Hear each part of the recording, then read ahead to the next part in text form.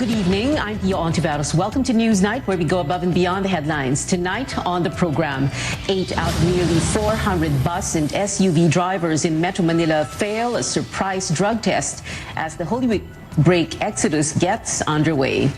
Amid warnings of a possible COVID-19 surge in the coming months, health officials say COVID-19 cases in the country have plateaued.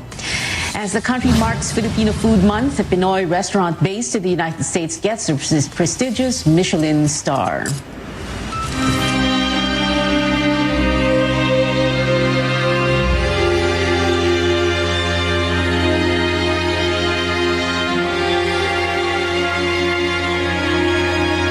The weekend before the Holy Week break, bus terminals are getting busier by the day as Filipinos take out-of-town vacation trips or go home to their provinces. As Stanley Gaheta tells us, authorities conducted random drug tests on bus and SUV drivers in select terminals. Passengers are converging here at Parañaque Integrated Terminal Exchange or PITX. Some have arrived early just to book their trips. The terminal this Friday morning met quite a surprise as mandatory random drug tests dubbed Oplan Harabas were conducted. Randomly selected bus drivers were first on the list. Fortunately, they tested negative. Okay yan, pero yung ibang mga driver na addict, hindi nila alam, di ba? Pero mahuli sila. Kasi marami yan dyan eh. Hindi ka naman kinakain? Hindi naman. Kasi hindi naman ako nag-drugs. Tama to, mas maganda nga to para ang pasahero, safety rin. Dahil dala ng driver ang buhay ng mga pasahero eh. A total of 200 bus drivers, operators and conductors underwent random drug testing at PITX. However, based on PIDEA report, there were 8 individuals who tested positive of illegal drugs at MOA. Their driver's licenses were confiscated. Part ito ng demand reduction campaign natin. Particularly, kung mapatunayan natin na positive sila, papasok doon yung rehabilitation and reintegration program. If a driver tests positive, he will undergo a series of counseling and rehabilitation. Still, some passengers were disappointed with the random test which resulted in some inconvenience. Humingi tayo ng paumanhin at konting pangunawa sa ating mga kababayan, lalong-lalo na doon sa ating mga passengers. Admittedly, nagkaroon ng konting inconvenience pero sana maunawaan po nila. There were also canine dogs sweeping bus terminals to detect different types of illegal drugs. Meanwhile, PITX management recorded an average of 91,000 returning passengers this past 6 days. This weekend, the terminal expects this to go over 100,000 passengers, even from Holy Monday to Wednesday.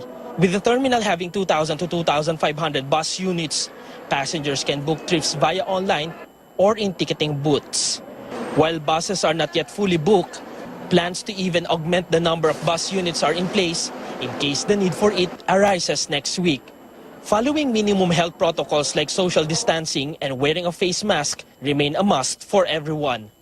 Stanley Gahete, CNN Philippines. From bus terminals to the country's main gateway, passengers are also filling the Ninoy Aquino International Airport, many of them traveling for the first time in 2 years. More from Tristan Odalo. Airport officials are beefing up security measures ahead of the expected influx of travelers during the Holy Week and summer vacation season. And while restrictions have been eased in many parts of the country, officials remind the public that we are still in the middle of a pandemic situation. Despite the gloomy, rainy weather and waiting in the queue for hours at NAIA Terminal 3, some families and travelers express excitement over their travel plans pushing through, like Misty and 9 of her family members who are bound for Boracay on Friday. She says this is her first travel with family, including kids, since the pandemic happened. Para po may peace of mind. Mama ko, ate ko, husband ko, anak ko, mga pamangkin ko. Super excited. Angel Timosa couldn't wait to be reunited with his son and grandchildren in Iloilo. He and his wife are taking the opportunity to travel back to their home province ahead of the influx of passengers come Holy Week. Excited kami na makita yung apo, gano'n. Kasi siyempre sa tagal ba naman na may parang hindi sapat yung sa wala kayo nag-uusap sa cellphone Iba talaga yung makakauwi at nakikita mo sila ng personal Cagayan de Oro-bound passenger Rodolfo Pancrudo also returns to Mindanao after being stranded by the community lockdown for 2 years. He hopes things will be returning to normal soon. Mag-Holy Week kami sa Mindanao. Alam na matagal na kaming hindi nakapunta doon. Walang problema ang biyahe kasi maganda naman ang biyahe ngayon dahil maski sa traffic, galing kaming Quezon. Travel documents are being thoroughly checked at the entrance. Passengers are also reminded to comply with the minimum health standards. Screening, surveillance, and communication equipment have been checked ahead of the influx of passengers starting this Palm Sunday. For the entire months of April and May, airport officials will conduct extensive security screening and passenger assistance operations under the Oplan Biyaheng Ayos. Officials also remind the public to check in their flight details with their airlines before going to the airport. Tristan Odalo, CNN Philippines. And to those heading out, we remind you to take extra caution on the road. You can still expect cloudy skies with scattered rain showers because of a low-pressure area. Pag-asa says this will be in the Visayas, Caraga, Northern Mindanao, Zamboanga Peninsula, Mimaropa, Bicol, and Quezon Province. Cloudy skies with rains and isolated light rains are forecast over the northern parts of Luzon. The areas are on your screens. Metro Manila and the rest of the country will have partly cloudy to cloudy skies with isolated rain showers. Pag-asa warns of the possible entry of tropical storm Malakas into the country. It was last spotted over 2,200 kilometers east of Mindanao.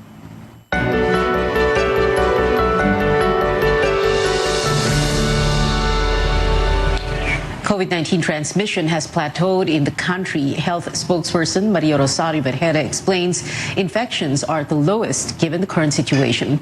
An average of 357 cases were reported daily from March 31st to April 6th. But Vergara and infectious diseases specialist Edsel Salvania says the numbers could still go up or down. Ang key dyan, kailangan masustain na natin ang plateauing o pagbaba pa o mapababa pa natin from that level through our minimum public health standards at pagbabakuna. So it's either bad or good. Kaya lang, kailangan ang gusto natin masustain na yung good side, patuloy na pagbaba nito mga kaso. Yung interventions is keeping the number of cases at a constant rate. So how do we improve that? We improve that by improving boosting, by improving adherence kung kakayanin pa. How will that get worse? If people start to relax, don't get boosted, mag-wane yung immunity at hindi gumamit ng mask. The DOH also wants boosters for minors 12 to 17 years old. It has asked the Food and Drug Administration to amend the emergency use authority of the vaccines to include that age group. The department also awaiting FDA approval for the fourth COVID-19 shot for adults. So yung fourth dose at saka yung booster shots for kids o yung 12 to 17. Atin lang pong inaantay ang Food and Drug Administration na maglabas ng amended EUA. Pag lumabas po ito, isusumite naman natin ito sa Health Technology Assessment Council para sa kanilang pagsusuri ukol dito sa mga sektor na ito. Once all of these processes are done, we can be able to issue out the guidelines. The DOH plans to hold supplemental vaccinations of infants every last Thursday or Friday from April to June. It aims to inoculate 80% of 1.4 million infants 0 to 12 months old. Business Process Outsourcing or BPO companies and registered business enterprises or RBEs may extend their work-from-home setup. The Philippine Economic Zone Authority or PEZA says it is accepting applications for the hybrid work arrangement where 70% of the company's employees work on site and the remaining 30% work from home. PEZA says this arrangement is possible only until September 12th, when the extended state of calamity because of the COVID-19 pandemic is set to end. The Economic Zone regulator earlier required BPO firms to return to office by April 1st, an order which Finance Assistant Secretary Paula Alvarez said forced some companies to withdraw from PEZA. PEZA, however, says it is not true that registered firms have left the eco-zones. Up next, an update on detained Senator Laila de Lima, who granted an exclusive interview with CNN Philippines. And the Philippines and the U.S. conclude their biggest ever Balikatan exercises on the same day of President Duterte's virtual meeting with Chinese President or counterpart Xi Jinping.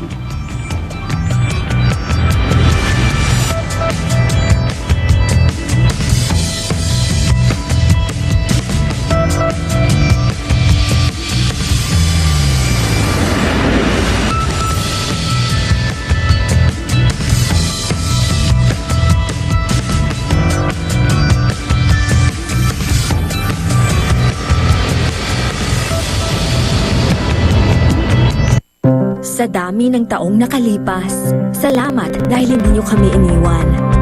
Dahil sa inyong tulong, mas naging maayos ang akala namin nakalimutan na.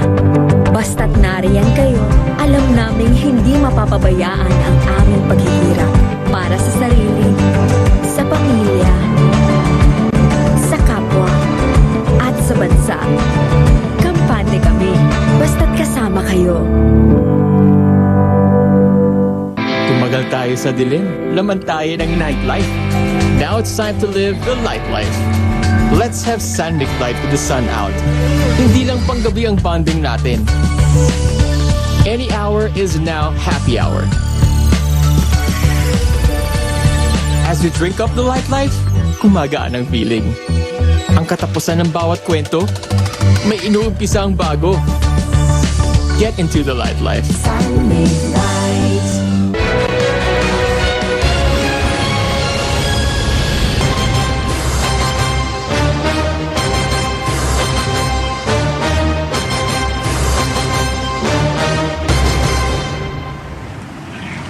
Welcome back to Newsnight, where we go above and beyond the headlines. Vice presidential candidate Lito Atienza apologizes to presidential bet Ping Lacson for urging him to back out of the race. Atienza had suggested that both of them withdraw so Lacson's running mate, Senate President Tito Soto, can form a tandem with Senator Manny Pacquiao. Lacson has accepted the apology. Hindi expected yung reaction ni Ping. He rejected the idea outright. He in fact considered it an insult. And I apologize publicly, sabi ko, hindi naman insulto yun. I did not mean to insult Ping. Huwag naman ikagalit ni Ping. Pero siya nakikita kong kailangan gumalaw. Still, a lot of time to think about it, pray about it, talk to people about it. Kung nananaisin niya na makatulong ng malaki, iligtas ng ating bansa, magagawa ni Ping yan. Vice President Leni Robredo attended an education forum in Pangasinan. She told the media on the sidelines of the event that lessons from the country's history should be included in the school curriculum. The Marcos era. Pero marami pang ibang mga leksyon na dapat hindi na maulit, na pag sinisiguro natin na ituturo ito sa mga kabataan, yung lahat na korupsyon na nangyari and how people reacted to corruption, at dapat kabahagi ito para pati sa public officials, nawawarn sila na parating may sukdulan yung lahat na pinagagagawa. Bongbong Marcos campaigned in eastern Visayas, where he saw an 8% drop in voter preference based on the latest Pulsation survey. He first visited Catarman City, northern Samar. Police say up to 7,000 supporters welcomed him there. There was no mayor present during the event since all 24 local chief executives in the province back Robredo. Marcos was also in northern Samar, where he reiterated his call for unity, his vow to continue President Duterte's Build, Build, Build program, and his plan to lower electricity rates. The former senator will campaign in Biliran province next. Manila Mayor Isko Moreno, who visited Zamboanga City, vowed there will be no war in the region if he wins the presidency. It's a bold commitment. It's hard to fulfill, but we must seek for peace. Peace creates prosperity. Peace creates panatag ang pamumuhay. Kristiyano, Muslim, pwedeng magkasama, pwedeng mamuhay ng mapayapa. Labor leader Leody de Guzman joined a protest calling on the Calabarzon Wage Board to raise the minimum wage from 400 to 750 pesos. De Guzman vowed to abolish provincial rates and push for a 750 peso minimum wage nationwide if he becomes president. Now, how does re-electionist Senator Laila de Lima campaign from behind bars? Amor Santos joins us live as she tells us about her up-close conversation with de Lima at the PNP Custodial Center in Camp Crame. Amor, as we know, de Lima has been in jail for more than 5 years because of on drug charges, which she says were politically motivated. What does she say about her limited chance to win votes? Yes, Senator Laila de Lima called it a very, very uphill battle, but she's not losing hope. In the latest Pulse Asia survey, she ranked 21st to 28th, a far cry from the surveys leading to the 2016 polls, where she was consistent at the top 12. On February 28th, the court allowed De Lima to hold in-person meetings with her campaign team. It's the same court order that allowed her face-to-face media interviews, but without recording devices. In the remaining month before the election, she says her team will intensify the campaign, including house-to-house visits, although they are still trying to raise funds for TV advertisements. If given a chance to personally talk to voters, she wants to tell them about how she has fought and worked despite what she calls baseless charges against her. If elected to a second term, the senator says she will refile bills promoting justice and human rights. She says her hands are tied in detention as she fails to participate in committee hearings or plenary debates. She says she was expecting her colleagues in the majority to pass a resolution seeking her virtual participation in Senate hearings. But she said, quote, "Hindi nila ako sinuportahan," unquote. De Lima was arrested in February 2017, just 8 months into her term. Pia? Yes, Amor, it's a rare media interview. The first time the court allowed the detained senator to take questions from the press. Can you tell us more about security and health protocols? Well, Pia, we weren't allowed to bring in cameras or recording devices. And before entering the PNP Custodial Center, we were asked to present negative antigen tests and also proof of vaccination.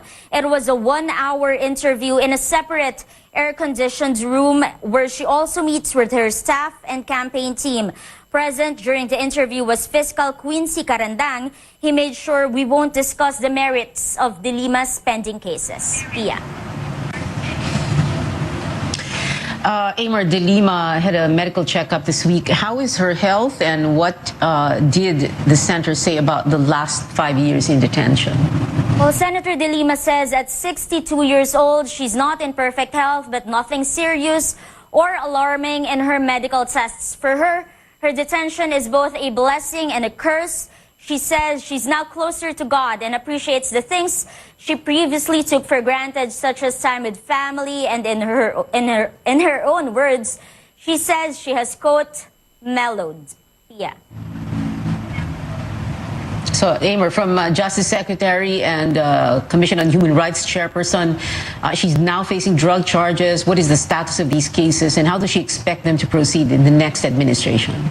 Well, as we know, Pia, the court has dismissed 1 of 3 drug cases against De Lima. Her camp is set to present evidence for 1 case, while the court is still hearing her bail plea in another case. De Lima has high hopes she will be vindicated if Vice President Leni Robredo wins as president, saying it will create an environment of truth-telling. She admits she's, quote, extremely worried about a Bongbong Marcos presidency, saying it will be a regression to human rights abuses and corruption and will be bad for the economy. But she said she's not sure how interested the survey frontrunner is in her case.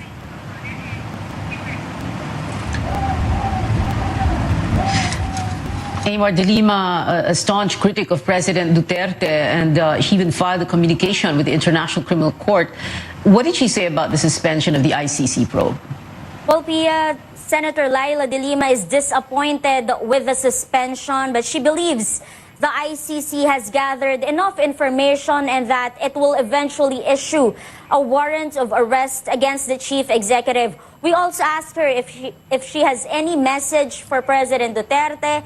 She thought about it for a few seconds and said, "There will be a day of reckoning, Mr. President." Pia.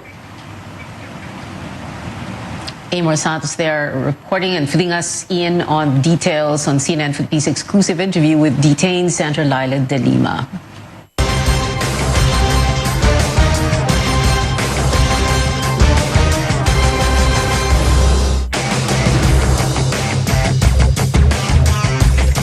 President Duterte and his Chinese counterpart Xi Jinping meeting virtually today. Details about what's being discussed by both leaders still not known. Public policy professor Eduardo Araral earlier told CNN Philippines that this may be an act of courtesy with only less than 3 months before Mr. Duterte's term ends. But the talks are happening in light of the recent Scarborough Shoal incident, the Ukraine-Russia war, and China's donation to President Duterte's Build, Build, Build program. Tristan Nadal returns to tell us how Manila's relations with Beijing progressed over the past 6 years.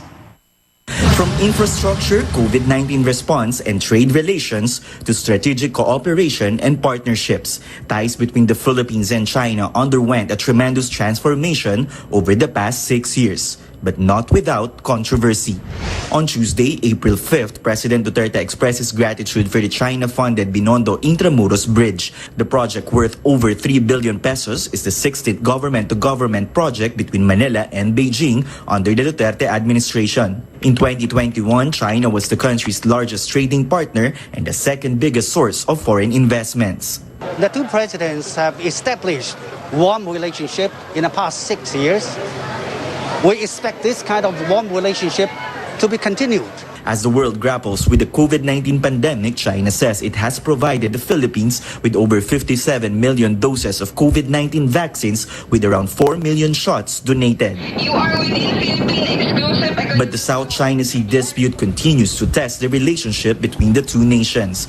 Duterte has repeatedly said that Manila cannot afford to go to war with Beijing, but he maintains no country should undermine the 2016 arbitral ruling, something China refuses to recognize.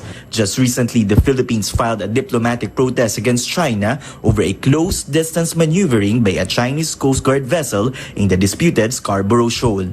We have maintained very close diplomatic communication over differences. We have agreed to handle differences in a proper manner. Ambassador Wang, the Philippines and China, we do not have any quarrel.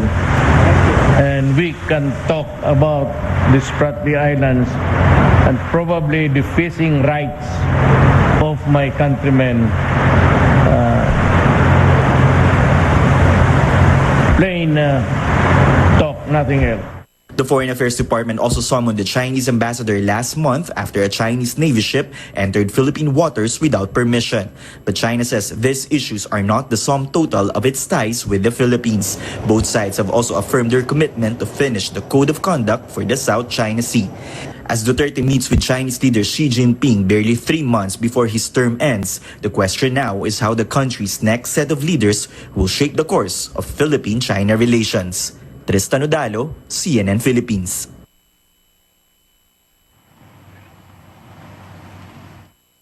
On to Philippine-U.S. relations. The two countries marked the end of their biggest joint military exercises yet, held amid a backdrop of conflict among other nations, as well as increasing tensions in our region. David Santos walks us through the closing ceremony of the 37th Balikatan. The U.S. Army deploying a Patriot missile battery in Cagayan as part of the amphibious insertion exercise of this year's Balikatan. While the same system is now in Poland to help deter U.S. aggression, it's the first time ever U.S. sent out overseas one of its most sophisticated air defense systems by sea. This had nothing to do with current events. We were working on doctrine, capabilities, and capacity that our joint force needs currently and then going forward in a way to deter aggression. The Philippines is acquiring its own air defense system from Israel. When you always exercise, you're able to really feel how things are happen so that when the real war erupts, then we can be able to execute these plans effectively.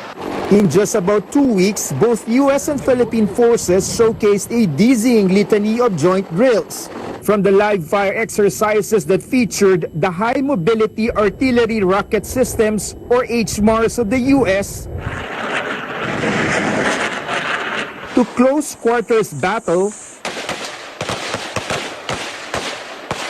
as well as urban firefighting capabilities.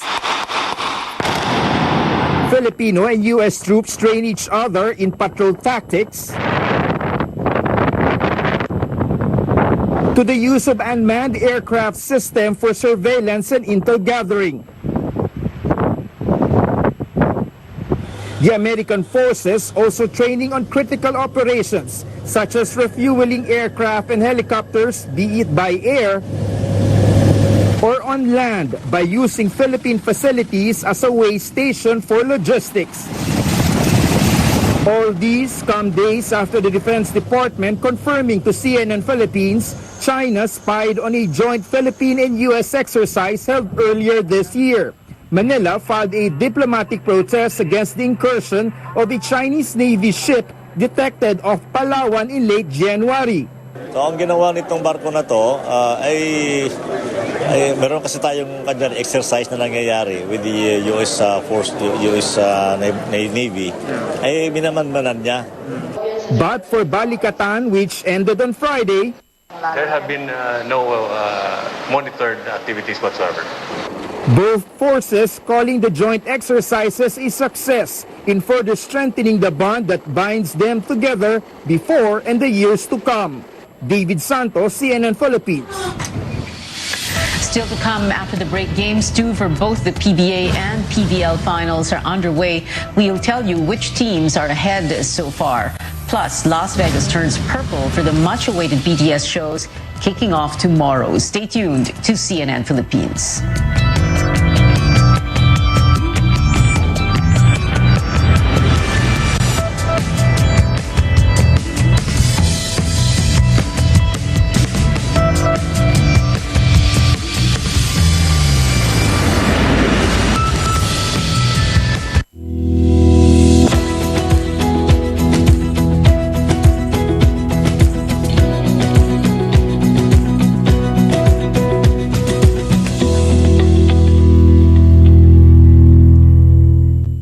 Exodus 18:21.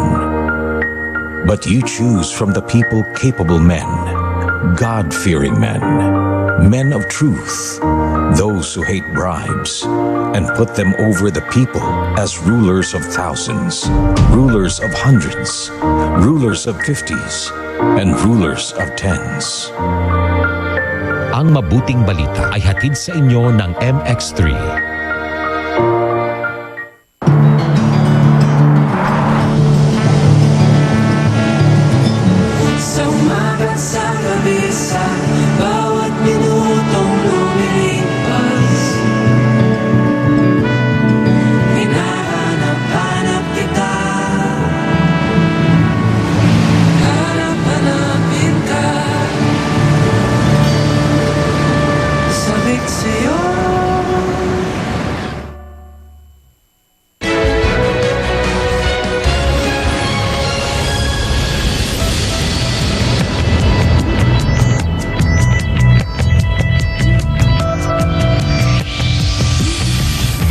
Welcome back to CNN Philippines in sports. It is another night of finals matchups with the Meralco Bolts currently shooting for their second straight win against Barangay Ginebra in the PBA Governors Cup at the Mall of Asia Arena. So far, Meralco maintains the lead at the first quarter, 23-20.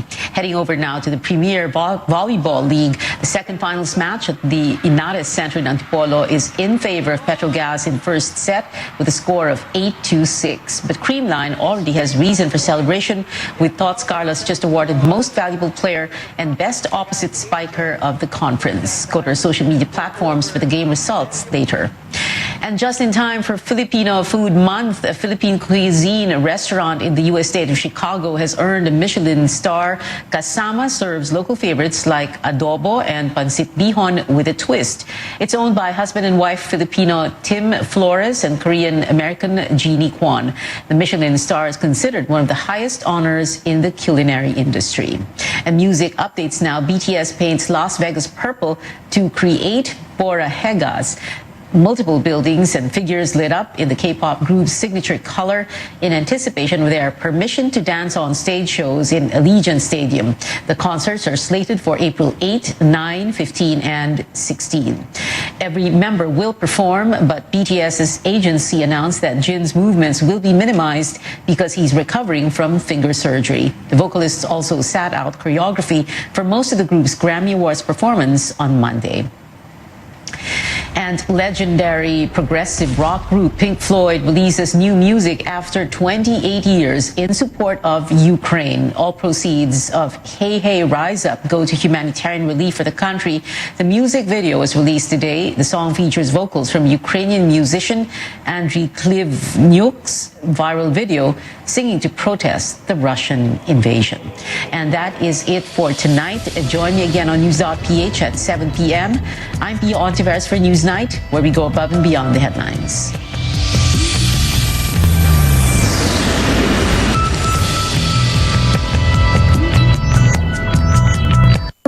This program is brought to you by RPN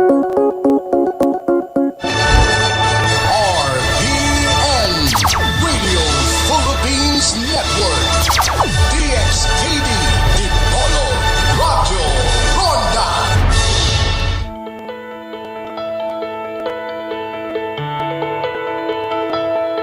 Our muscles are conditioned and developed through various movements and nutrition. But our bodies will age, and our muscles won't respond to certain movements when we get older. Our muscular system, with the support of our nervous system, is responsible for how we move and live out our lives. And developing these muscles as we age is part of preventing any bodily deterioration. Today in the program, we'll discuss how muscles work, grow, and what kind of movement exercises can people of all ages do at home. I'm Dr. Freddy Gomez, and welcome to MedTalk Health Talk on CNN Philippines.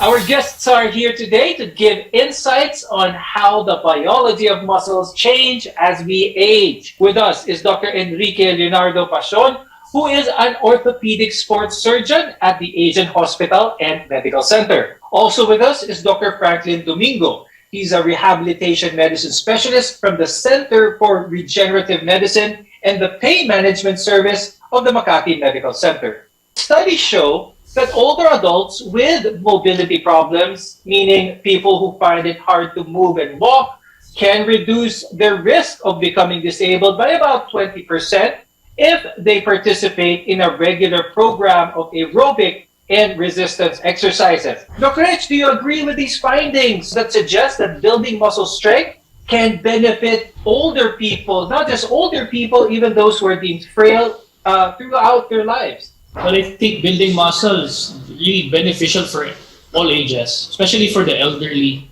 Building muscles makes you feel better, that meaning that your muscles are stronger, you get to have good control of what you're doing, like daily activities. At the same time, you can get to enjoy also doing things functionally. Apart from this, we're trying to share knowledge on some of the misconceptions. And one of those misconceptions, predominantly cardiovascular exercise, is something that wastes muscles, or you can lose muscles through just doing pure cardio. Is there any truth to this? Could you give some clarification? Just pumping your heart rate alone, that means your body is working. Just like, swimming, biking, just walking alone, that can actually pump your heart rate. So that means you're not really losing muscle, you're actually working on your muscle groups. Dr. Frank, can muscle turn into fat? I don't think it could, and I don't think it would. And what actually happens is that as we grow old gracefully, we get to accumulate more fat. We never stop growing. It's just that some of us become sedentary, and when we become sedentary, we tend to accumulate more fat. We sit more often, we are staying here in front of our computers more often, and that tends to accumulate fat, and then it tends to reduce the amount of muscles that we have because we don't use them anymore. When that happens, when insulin resistance gives way, people could have non-alcoholic fatty liver disease, and then which could lead on to diabetes. And when this leads on to diabetes, you become more susceptible to having heart disease, to having certain immunological problems. People who are sedentary have a very much increased risk of that. And when we exercise, we very much increase or improve our chances of not dying from anything, from an all-cause mortality. So we fact-checked some statements about building muscles. Now let's revisit the muscular system here a little bit, because some of the functions of the muscular system include that of course, mobility, circulation or blood flow, respiration, our breathing. Dr. Rich, is it possible to have just a strong muscular system? Can one survive without the other? Everything should work in unison. Okay, just not only building muscles. Okay, because why muscles? Okay, it helps you function better. But of course, for me, I always stress flexibility, especially for athletes or elderly patients. Once you lose your flexibility, that means your muscle won't work properly also. So it's not having the full potential. Like for example, having flexibility, normally it moves this way, right? But once you are very stiff or not, or you don't have very good flexibility, your muscles shorten. So it only moves like this. You can be very strong, but it only moves like this. So you're not using the full potential of the muscle. That way you can actually strain lots of parts, like muscle strains, muscle tears. That's the problem there. Is it good flexibility or just adequate flexibility for that matter that people can reap the benefits? It really depends on the activities you do. Okay, it depends also on the age. Okay, all what we need to do is actually you have to function well. Like for example, if you're an athlete, okay, losing flexibility causes so many problems then, especially if you're also old.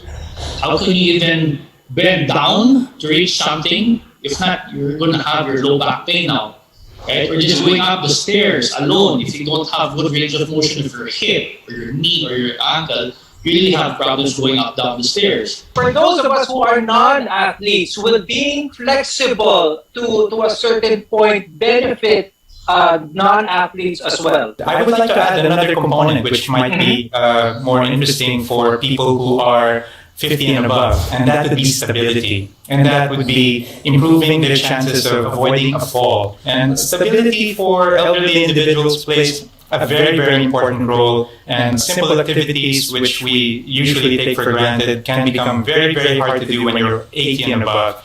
And that's why it's important to realize that while you're still young, while you're still at the earliest age that you are right now, that you start exercising. Can everyone at any age enjoy the benefits of having some form of exercise? I think almost anyone at any age can enjoy some form of exercise. It just depends on what kind of exercise, because even in the ICU, we start rehab programs for patients in the ICU, and we see that when patients exercise, even while they're in the intensive care unit, their hospital stays decrease, their quality of life improves. And if we can do this for people in the ICU, we can certainly most do it also for other people with other comorbidities. Building muscles is more than flexing and showing off your physique. When we come back, we'll talk about the different major muscle groups and exercises that will help build muscle strength. You're watching MedTalk Health Talk, your partner in healthcare.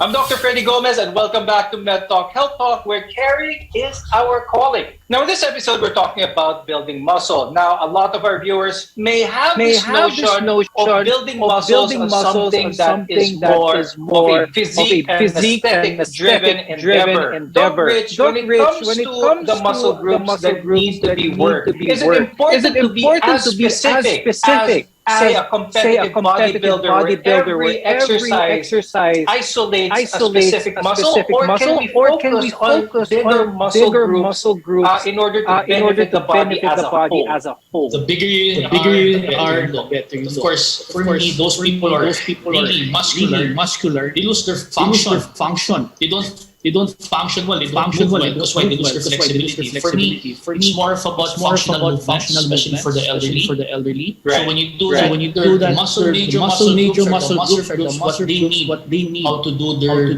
chores, their daily activities, going up down the stairs.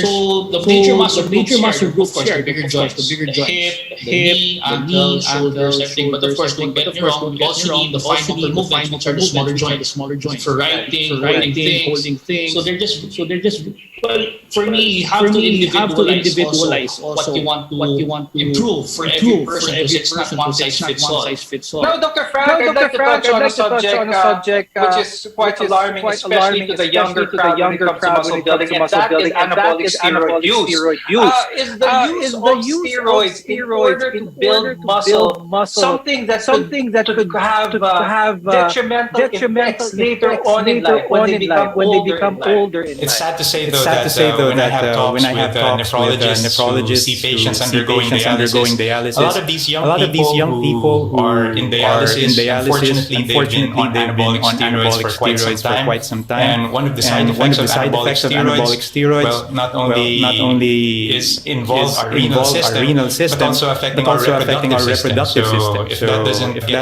get you to stop, then I don't know what your health in general, your immunity can also be affected. And it sets off a whole lot of other problems which will do more harm than good in the long term. Are there some specific movements, types of training that those who are 40 years old and above will be able to benefit on? So is there an emphasis on weight resistance here, or the type, or how heavy a weight people need to exercise with in order to build those muscle groups? 40 and above, it's not more of building big muscles. It's more of doing things functionally to sustain what they're doing. They have to enjoy first also. It's either when you go swim, you go biking, you go walking, you go jogging, you can go play badminton. I have patients 60 plus year old, 70 years old, they still play badminton. There's a small group that plays even basketball. 65 above. So that means they can still enjoy what they're doing. Of course, you have to modify what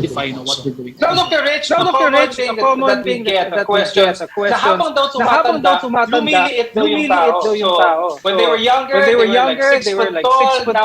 Now that they're 70 years old, they are 5 foot 8. Is there any truth to this? As people grow older, the posture changes, especially the older people have muscle atrophy. Of course, they're sedentary. They don't work out anymore. Most of them become slouch. That alone cannot cause at the same time the fluid of the disc in the spine lessens, so that's why it also compresses. What can our viewers do early on so that when they reach a certain age, they could minimize or try and even prevent some of these symptoms that may appear that you will look shorter? Just simply get out of our seats and walk. That would be very good. And if we can walk with something loaded on us and we can exercise with the load, that would be excellent because we'll be loading up the bones. I think what Dr. Pashon might have been referring to with the osteoporosis. Patients who do not exercise too much, osteoporosis can be seen, and not only the disc height, but sometimes even the vertebra itself, the backbone. It can also diminish in height, and that could contribute to people looking a bit smaller. It might not be something we can totally avoid, but we can really minimize it by engaging in regular physical activities. What type of movements would be ideal, Dr. Frank? What level? Do they need to sign up in a gym, be in an active class in the gym? Is this the type of movements that they need? 20s, 30s, 40s, maybe up to even the age 50. The American College of Sports Medicine recommends at least 150 minutes per week of moderate to vigorous physical activity. If the patient is doing a vigorous form of physical activity, they can skip the extra 75 minutes. They can get by with just 75 minutes of vigorous exercise. But this has to be, of course, coupled with at least two sessions per week on two separate days, preferably spaced apart by at least one day. Weight training or resistance training. You can use resistance bands. You can use anything at home that has lift weights. Now in building muscles, only a part of gaining muscle mass. Nutrition and diet play an important role here as well. More on this when we return. Your health is our mission here on MedTalk. We'll be right back.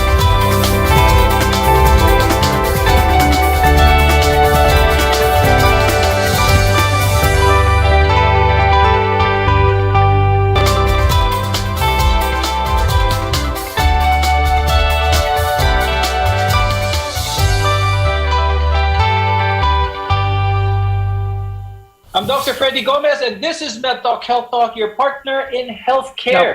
Now, protein is the building block of muscle. Dr. Rich, is it true that when building muscles, more protein is better? Well, you just have to have enough protein to make your muscles function well. You do anything in excess is bad. Is it important to substitute this protein shake, external sources like protein shake, additional concentrated protein sources, the balanced diet to be able to meet the needs of muscle growth? All the things we eat, especially healthy food, balanced diet, something good enough. Other we take is more supplements, so it won't really substitute what we really have naturally. What about carbohydrates? Are carbohydrates something our LD should be thinking about consuming at a certain level that is appropriate for the Carbohydrates play an important role in glucose metabolism. And the problem is, if you take too much carbohydrates, too much sugar, it goes out into the liver, and what the liver does, it transforms it into fat. So you just want to be able to take the right amount of carbohydrates, so that's necessary for you, according, of course, to your daily requirements. And too much of it just gets stored as fat. So you wouldn't want to gain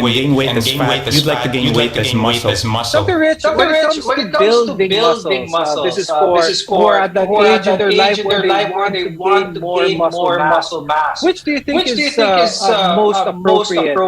The resistance in weight or the consistency of the activity? Well, I think it's both. Because first of all, in order to feel better, gain proper muscle strength, you need to have consistency. At the same time, once you have that consistency, for me, you don't really have to get big muscles, right? You just have to sustain what you like. It's just like having a maintenance thing. So for older people, less weight, but they can actually have more reps. Dr. Frank, a common injury among people of all ages for that matter is that of low back pain. Could you talk more about this? Is this more a factor of a lack of strength or a lack of flexibility? I think it's a combination of a lack of strength, a lack of flexibility, and of course what we talked about earlier, stability.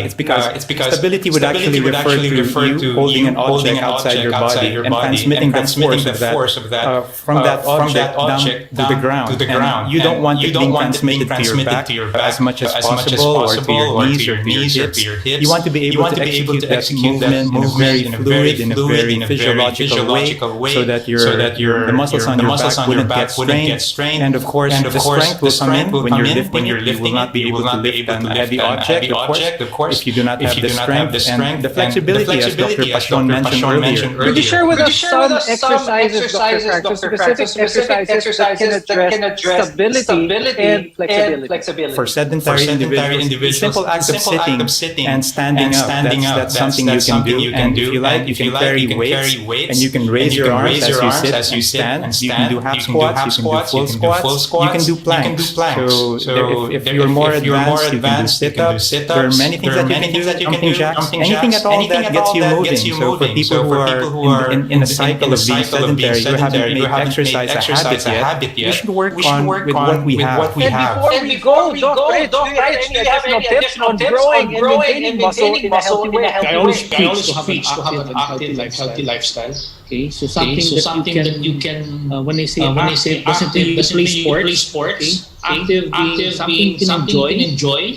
So at least you can sustain it, like having twice a week, exercise a day. Okay, so at least in that way you get to have better function. You get to do things you like. The same thing to feel healthy physically and mentally. And Dr. Frank, before we go, any advice for our viewers when it comes to muscle building, flexibility, stability? It's not the years in your life. It's actually the life in your years, and that's what actually exercise is and what it does. It's one of the most potent medications or drugs that we have for us to be us to be able to have a good quality of life. With a good quality of life, we can have good flexibility, good strength, and all the other things that you've mentioned earlier. So the sooner we incorporate exercise into our lives, I think the better that will be. Older people do not gain muscle mass as well as young people. But this reality should not stop people in their 50s and older from exercising. If anything, it should push you to exercise more as you age. Thank you, orthopedic sports surgeon Dr. Enrique Leonardo Pacion, and rehabilitation specialist Dr. Franklin Domingo, for being with us